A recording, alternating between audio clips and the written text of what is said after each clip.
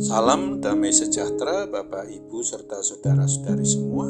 Untuk mengawali renungan tentang firman Tuhan ini, mari kita bersatu di dalam doa. Tuhan Allah Bapa di sorga yang memelihara hati, akal, dan pikiran kami umat manusia, berfirmanlah kepada kami sebab kami bersedia untuk mendengar, dan oleh pertolongan Roh Kudus mampukan kami agar boleh melaksanakan firman-Mu itu dalam hidup kami sehari-hari. Dalam nama Tuhan Yesus kami bermohon kepadamu. Amin.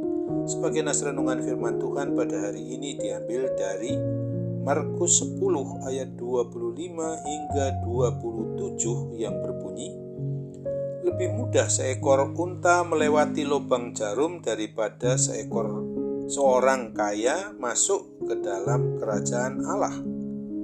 Mereka makin gempar dan berkata seorang kepada yang lain, jika demikian siapakah yang dapat diselamatkan? Yesus memandang mereka dan berkata, bagi manusia hal itu tidak mungkin, tetapi bukan demikian bagi Allah. Sebab segala sesuatu adalah mungkin bagi Allah. Sebagai tema yang diangkat dari nas renungan firman Tuhan hari ini, umat sangat sukar masuk kerajaan surga. Nas renungan tentang firman Tuhan pada hari ini mau mengajarkan dan mengajak kita umat yang mengaku beriman percaya kepada Kristus bahwa masuk ke dalam hidup di kerajaan Allah, di mana Tuhan yang menjadi raja, menjadi kepala atas diri kita umatnya ini, sungguh sangat sukar apabila bagi seorang yang merasa dengan dirinya kaya, lalu orang yang kaya ini hanya berfokus kepada harta benda kekayaannya saja tanpa pernah berfokus untuk membuat dirinya menyerahkan diri sepenuhnya kepada rencana Allah yang baik itu, sehingga dia larut dalam segala bentuk kedagingan maupun hal-hal yang duniawi sifatnya saja. Tuhan Yesus menyatakan bahwa masih lebih mudah seekor unta masuk lubang jarum daripada seorang kaya masuk ke dalam kerajaan Allah. Kalau seekor unta masuk ke lubang jarum, dikatakan Tuhan Yesus masih lebih mudah, padahal bagi kita hal tersebut tidak mungkin. Maka pengertian jarum ini adalah memang alat untuk menjahit, yang tentunya lubangnya hanya cukup untuk dilewati benang saja. Bagaimana mungkin unta bisa masuk ke lubang jarum itu? Jadi kalau bagi kita hal ini sudah masuk kategori tidak mungkin, bagaimana jadinya seorang kaya bisa masuk ke dalam kerajaan Allah? Tentu saja lebih tidak mungkin lagi. Sesungguhnya bukan hanya orang kaya saja yang tidak mungkin bisa masuk ke dalam kerajaan Allah, di mana Tuhan Allah itu memerintah sepenuhnya pada hati, akal, pikiran, dan seluruh aspek dirinya. Bahkan semua orang tidak akan mungkin untuk bisa masuk ke dalamnya itu apabila hanya mau mengandalkan usahanya sendiri, baik hidup dan matinya. Lalu bagaimana caranya agar kita boleh menjadi orang-orang yang termasuk dan bisa berada pada kerajaan Allah di surga itu? Sesungguhnya bagi Tuhan hal yang demikian memang tidak mungkin bagi manusia, akan menjadi mungkin bagi Tuhan.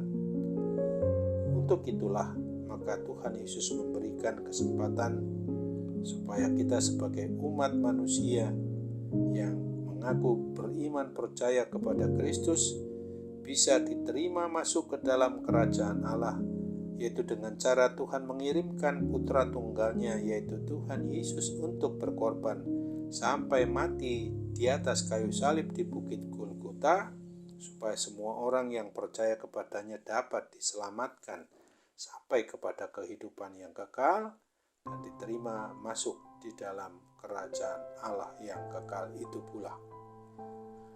Apabila untuk bisa masuk ke dalam kerajaan surga hanya orang yang mau percaya, yang mau beriman kepada Tuhan Yesus, bahwa dialah anak Allah dan satu-satunya Tuhan dan Juru Selamat bagi seluruh umat manusia yang mau beriman percaya kepadanya.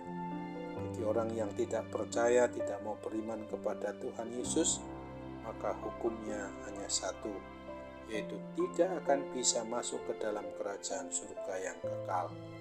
Dengan merenungkan kebenaran firman Tuhan ini, maka hendaknya kita sebagai orang yang mengaku beriman percaya kepada Kristus harus sungguh-sungguh mau mempertahankan iman percaya kita itu sampai kepada kematian kita, sampai pada akhir hayat kita, supaya kita tidak akan kehilangan kesempatan untuk diperkenankan Tuhan masuk ke dalam kerajaan Allah yang kekal di surga pada saat masa penghakiman nanti.